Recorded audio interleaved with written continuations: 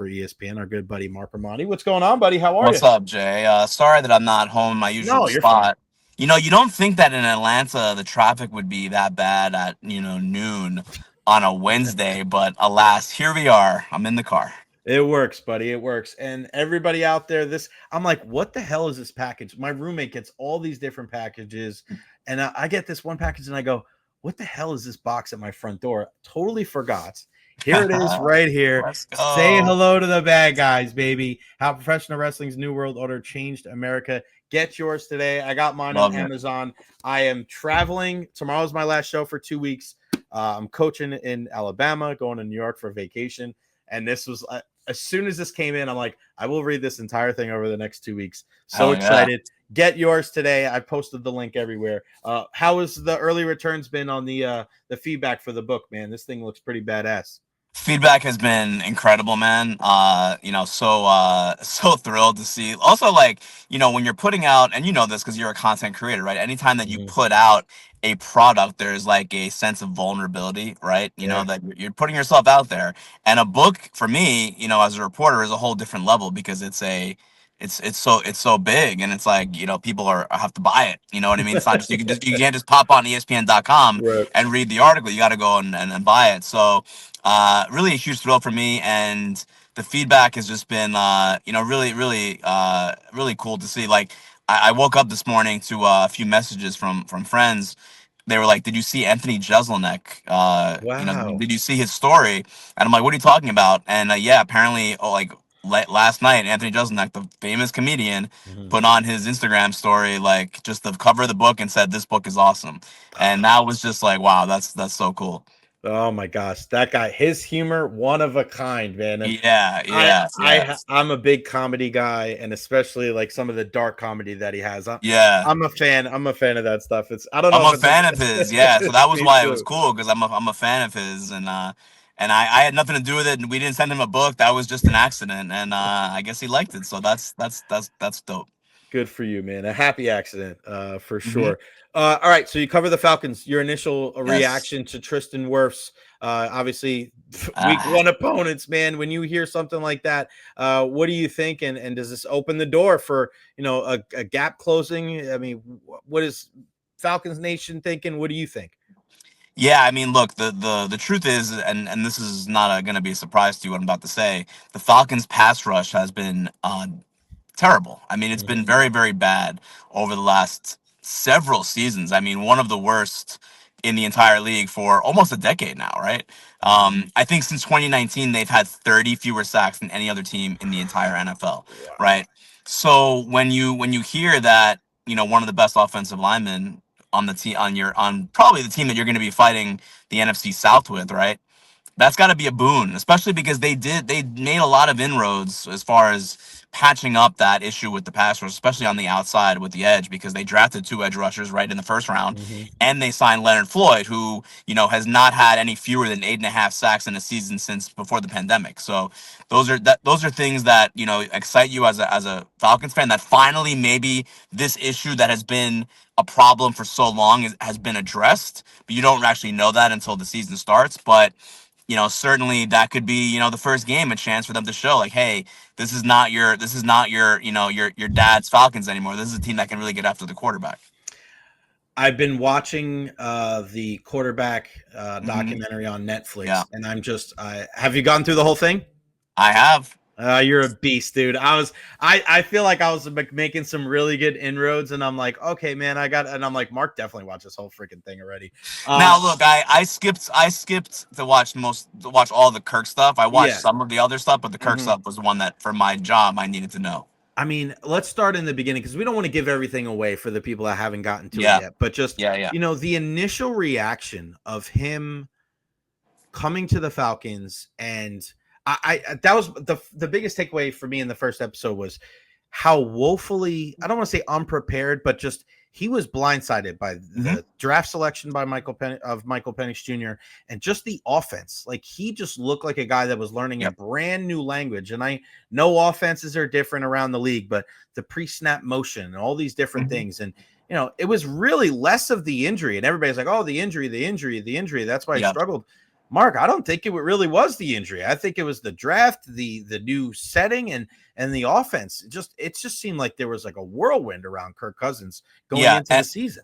and it was I think it was all those things, like you said. It was a whirlwind. Like there were so many internal and maybe external distractions as well for Cousins. And the line going into the season was that, hey, he's played in one of these McVay Shanahan offenses because he had Kevin O'Connell as Right. his head coach in Minnesota, so he was used to this type of thing. Zach Robinson, the Falcons offensive coordinator, came from the same tree, right? Had a very similar, at least that was the talk. Hey, yeah, this is a very similar offense to what Kevin O'Connell has in Minnesota.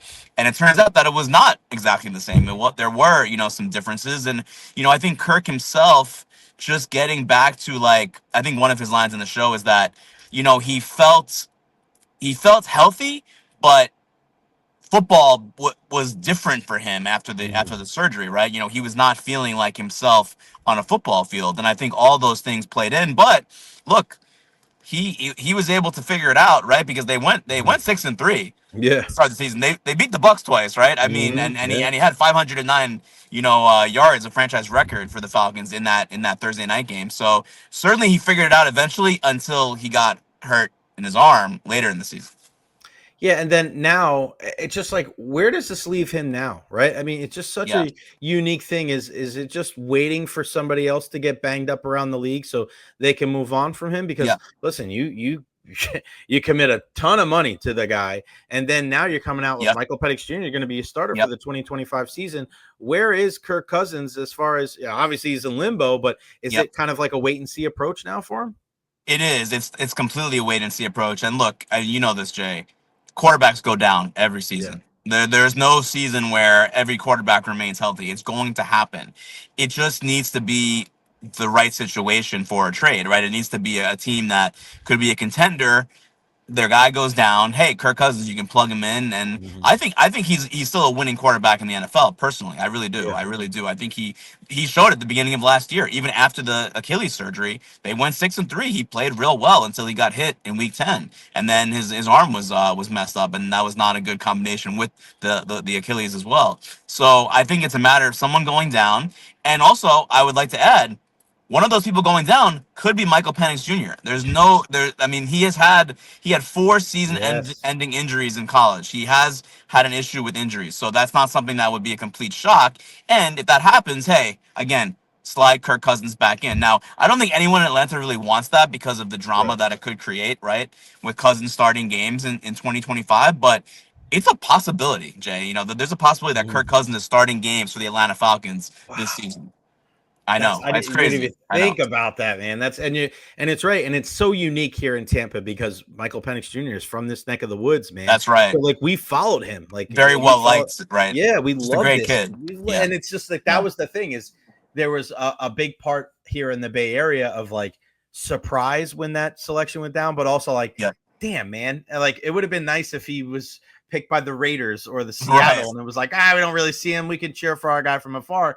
But then you Right. go to the Falcons, it's like, shit, now we got to dislike the guy. Forget about not liking the guy. Now we got to dislike the guy. What was it like covering the team and being around like a guy like Raheem Morris? Because again, he's got Tampa ties here.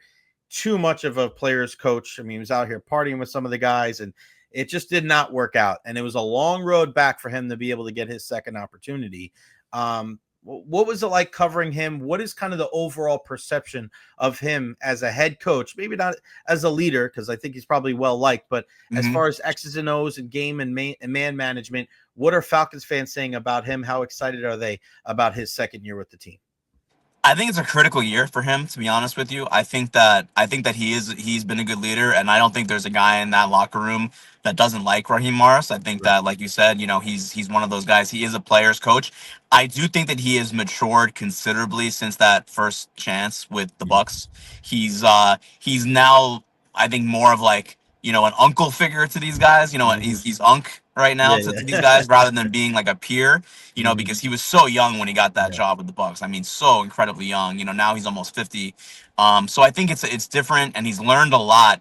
And especially, like, the thing about Raheem, it's like he learned from Shanahan. He learned from Tony Dungy. You know, Herm Edwards was a mentor of his. And he's learned from McVay. You know, it's like Kyle Shanahan, of course, too. You know, these are all guys that were either on his staff or they were the head coach and he was the defensive coordinator. So he has, you know, Gruden. You know, Gruden's a guy that he learned a ton from. So I think that Mike Tomlin also has been a mentor. So it's like all of these great minds have, you know, and he has taken something from all of those guys, and now it's just a matter of applying it in his own, you know, in his own team. And I think you saw, you know, their defense get better last year when he became more hands-on after the bye week, right? And of course the defensive coordinator Jimmy Lake ended up getting fired at the end of the season. So I think you know, there's no doubt he's a Super Bowl winning defensive coordinator, right? Raheem Morris is, you know, he's a great defensive mind, and now it's just a matter of, you know, is the personnel there, and is the staff right, you know, and is the system right for that personnel and that staff? And these are all things that, you know, it's the NFL, right? You need all those things working for you, and if one is not, it's tough to win because it's such a freaking competitive league. Yeah, even if everything's going well and you have the right guys in place, it doesn't necessarily mean you're going to win. Right. It's hard enough. It's hard enough. Yeah, and then, you know, there's injuries. There's so many variables. Yeah, Buffalo, Baltimore, and Cincinnati. I mean, you do so many good things, and still at the end of the day, it might not even matter. What's the deal with our guy Kyle Pitts? I know a lot of Gators fans here locally. We saw him at Florida. We're like, this guy's legit. And then, you know, first round pick, it just hasn't worked, regardless of who the quarterback is. Mariota, Ritter, Cousins, Penix Jr. I mean, he has flashes, he has some good moments, but then you look at it and it's like, you know, you're drafting that guy in the first round as a tight end, top 10 pick. You're thinking this guy's going to be a multi-time Pro Bowler, all pro guy, possibly wearing a gold jacket one day. What's the story with Kyle Pitts? Is this kind of his swan song with the team? I've seen some trade proposals over the last 6-7 months. I mean, what's the deal with Kyle Pitts? Is it ever going to work out there as they anticipated? It's hard to say. You know, this is, again, talking about critical years. This is the pivotal year for Kyle Pitts because it's a contract year, right? This is his fifth year, and he has no contract after this year. And he's the kind of guy that with a big year, he can make a lot of money for himself in 2026 and beyond because he has the things that you can't teach, right? He has all of the athletic ability and the size and the speed and the hands, right? He is, you know, they call him the unicorn, right? He has all of the traits that you could possibly want. That's why they drafted him. Right. And we've seen him put it together as a rookie. He put it together, and he's had, you know, injury issues, and he's dealing with one right now, which has got to be a concern for Falcons fans, right? He's got a foot injury, and, you know, he missed all of the offseason practices, which is not a great sign. They hope to have him back for training camp. But it really is like that, you know. I'm not asked about anyone more than about Kyle Pitts when I'm doing interviews or fans, or it is always Kyle Pitts. Always. It's like the quarterbacks and Kyle Pitts. And the truth is that I don't think anyone knows what, you know, because this is going to be his fifth quarterback now in in 5 seasons. Sixth, you know, Matt Ryan, Desmond Ritter, Marcus Mariota, Kirk Cousins, and now Michael Penix. So it's been a lot of turnover. You know, last year he had issues early on adjusting to Zach Robinson's new scheme, right? You know, he was running more 11 personnel, which he didn't do as much previously. And then they kind of made that shift a little bit midseason where they were running more 12 personnel. So it's you know, he's a guy that, you know, if he has a good season, you can see the Falcons in the playoff race and you know, maybe winning the division. If he doesn't, who knows? And a lot of that, and you don't want to put too much on a guy who's like a rookie and a half, which is Michael Penix, right? He's not a rookie, but he only started 3 games last year. Is he the guy that can unlock Kyle Pitts? It looked like maybe at the end of the season last year there were some big plays, but it's so hard to say. And like trying to predict Kyle Pitts at this point, I think is a fool's errand. Yeah, you got that right, buddy. All right, before I let you go, our guilty pleasure. We always have to finish off talking some wrestling. Of course, get your book today. Say hello to the bad guys, Amazon.com.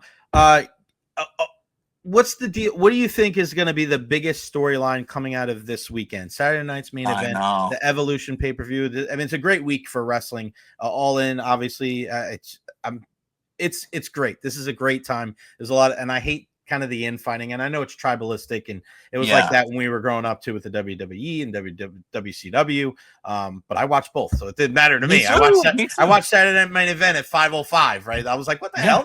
There's radios like.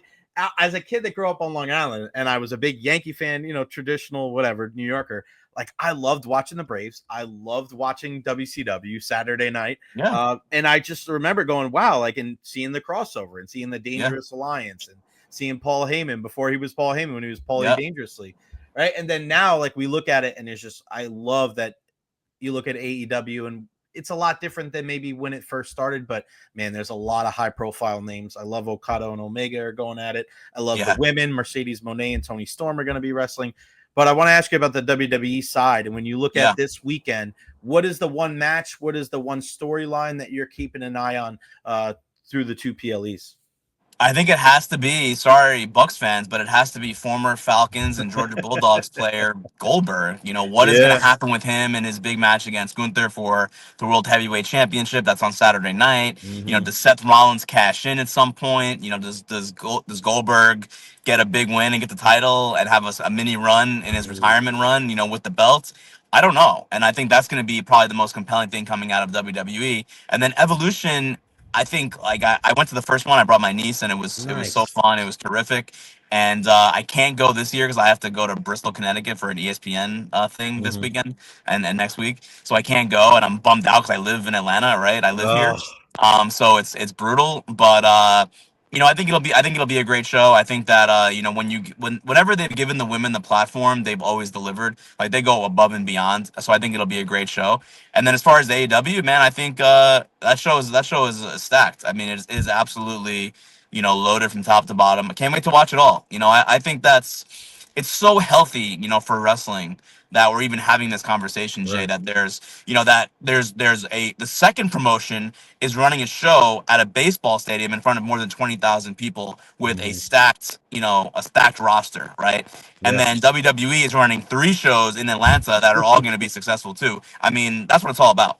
Yeah, and no doubt. And it's kind of weird. Evolution, no Liv Morgan, no Bianca Belair, and they can still put on a tremendous card. Last thing, Cena, Cody Rhodes, how does that next 6-8 weeks go? Do we see a double turn at some point before the end of the year, you think? That's been the talk. I mean, one thing I will say for sure is that Cena definitely has to turn babyface before the final farewell, right? Because no one is interested in booing John Cena in this final few months. And in fact, I would say the heel turn has been kind of, you know, más o menos. It hasn't been it hasn't hit as hard as I think people thought it could. It was too late, frankly. You know, no one wants to boo Cena right now. It's his last. It's our last chance to see him. You know what I mean? So, I do think that he'll turn. I don't know if it's the right thing to turn Cody heel at this point. I don't know. Maybe it is. You know, maybe it is. I worry about that because I still feel like there's more juice in him as the top babyface in the company. Cena's gone. You know, Cena's gone after December, and you still need a top babyface. And I'm not sure if Roman Reigns really fits that role. He's so good as kind of like the heel that blurs the lines, like the tweener, where fans like him, but he still does bad things, right? Kind of like the NWO. So I don't know if you pull the trigger on Cody turning just yet. Maybe you do. It's a risk either way. I'm just curious to see what they do, you know. And I just think, and I hope that it'll be a better match than WrestleMania, because I did not dig that main event with Cody and Cena. No, I didn't either. And listen, I understand the heel turn, and I understand a lot of people thought it was great, but it was not better than this one. This is the book you got to get. Say hello to the bad guys right there. How Professional Wrestling's New World Order changed America. It did. Dennis Rodman was involved. Jay Leno was involved. And this was the greatest heel turn. And you don't believe me? Just look at what the last couple of months has been like with John Cena. Nobody wants to boo one of the biggest baby faces of all time when it's the last time he's coming to your city. And the WWE does such a great job of listening to their fan base sometimes and changing things along the way. But something like this, I get it. It was shock and awe. It was great. But if I'm a guy and I've been a John Cena fan for 25 years and he's coming to Tampa, Florida, I don't want to go there and boo him. I want to go and cheer him. I want to give him his flowers. I want to show some respect, and then I want to move on. So I get it. It was good, but when you don't follow it up and there's no Travis Scott, there's no Rock after the fact at WrestleMania, it's like, I'm good. That's why this is the best heel turn of all time. Get your book today, Amazon, wherever you can get, wherever these books are sold, man. Just look it up. You'll find it. And, of course, I'll be posting it on social media. Mark, appreciate your time. Continued success. The book is awesome. I was just thumbing through it before, and I was just like, I got to read the entire thing anyway. So I just I got to put it down, because then if I start reading it, I'm not going to be able to put it down. Continued success. Have a great weekend, my friend. We'll talk soon. Thank you. Thanks, man. I appreciate you. You got it.